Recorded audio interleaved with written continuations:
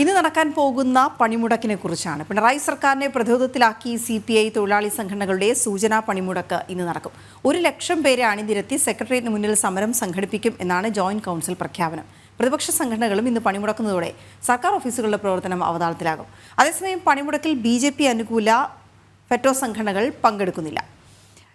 പ്രജിത് മോഹനൻ ചേരുന്ന വിവരങ്ങളുമായി. പ്രജിത്ത്, ഈ CPI തന്നെ നേതൃത്വം നൽകുകയും 1,00,000-ഓളം പേരെ സെക്രട്ടേറിയറ്റിന് മുന്നിൽ അണിനിരത്തുകയും ചെയ്യുക എന്ന് പറയുമ്പോൾ എത്രത്തോളം ഈ പണിമുടക്കിൽ പ്രതിരോധത്തിലായി മാറും സർക്കാർ?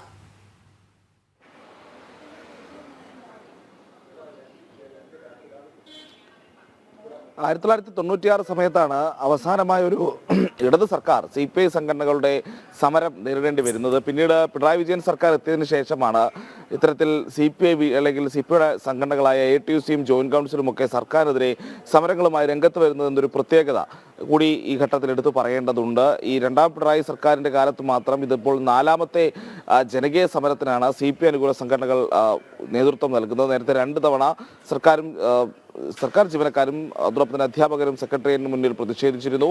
AITUCയുടെ പ്രതിഷേധം ഉണ്ടായിരുന്നു. കഴിഞ്ഞ ജോയിന്റ് കൗൺസിലിന്റെ പ്രതിഷേധത്തിന് കാൽനാട്ടലുമായി ബന്ധപ്പെട്ട് സ്റ്റേജ് നിർമ്മാണവുമായി ബന്ധപ്പെട്ടൊക്കെ ഉണ്ടായ രസകരമായ സംഭവങ്ങളൊക്കെ നമുക്ക് ഇപ്പോഴും ഓർമ്മയുണ്ട്.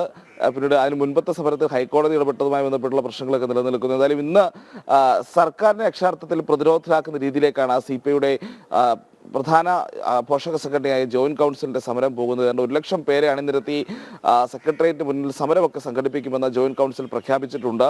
ഇതിനോടൊപ്പം തന്നെയാണ് ഇന്ന് പ്രതിപക്ഷ സംഘടനകളുടെ അനുകൂലമായി നിൽക്കുന്ന ജീവനക്കാരുടെ സംഘടനകളും ഇന്ന് പണിമുടക്കിലേക്ക് പോകുന്നുണ്ട്. അങ്ങനെ സംസ്ഥാനത്തെ സർക്കാർ ഓഫീസുകളുടെ പ്രവർത്തനം ഏതാണ്ട് താറുമാറാകുന്ന ഘട്ടത്തിലേക്ക് തന്നെയാണ് കാര്യങ്ങൾ പോകുന്നത്. നേരത്തെ സെക്രട്ടേറിയറ്റ് എംപ്ലോയീസ് അസോസിയേഷന്റെ സുവർണ ജൂബിലി മന്ദിരവുമായി ബന്ധപ്പെട്ട് മുഖ്യമന്ത്രിയുടെ വാഴ്ത്തുപാട്ടൊക്കെ പാടിയ ആ സമ്മേളനത്തിന്റെ ഭാഗമായി സെക്രട്ടേറിയറ്റ് ഏതാണ്ട് സ്തംഭനാവസ്ഥയിലേക്ക് പോകുന്ന സാഹചര്യം ഉണ്ടായിരുന്നു. സമാനമായ ഒരു നിലയിലേക്ക് തന്നെയായിരിക്കും ഇന്ന് പോകുന്നത്.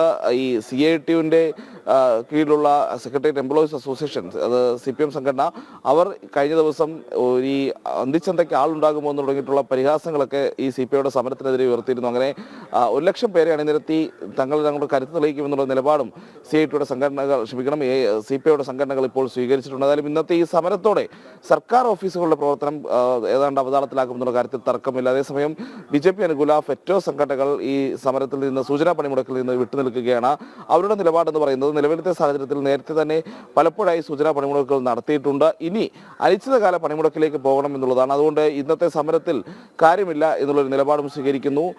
എല്ലാ സംഘടനകളും ഒരുമിച്ച് നിൽക്കണമെന്നും ഫെറ്റോയുടെ കീഴിലുള്ള സംഘടനകൾ നിലപാട് സ്വീകരിക്കുന്നു. എന്തായാലും ഇന്നതോടെ ഈ സമരത്തോടെ ഇന്ന് സംസ്ഥാനത്തെ എല്ലാ സർക്കാർ ഓഫീസുകളും ഏതാണ്ട് നിശ്ചലമാകുന്ന ഒരു സാഹചര്യം വരുമെന്നുള്ള കാര്യത്തിൽ തർക്കമില്ല. പ്രത്യേകിച്ച് പ്രതിപക്ഷ സംഘടനകളോട് പണിമുടക്കുന്നതോടുകൂടി സെക്രട്ടേറിയറ്റ് മുന്നിലെ ധർണയുമായി ബന്ധപ്പെട്ട് സമരവുമായി ബന്ധപ്പെട്ടാണ് ഇനി ഏതെങ്കിലും തരത്തിലുള്ള സ്റ്റേജ് കെട്ടലും വഴിതടയലും ഒക്കെ ഉണ്ടായാൽ അത് ഹൈക്കോടതിയുടെ വിമർശനത്തിനുമുള്ള സാധ്യതയും നിലനിൽക്കുന്നു.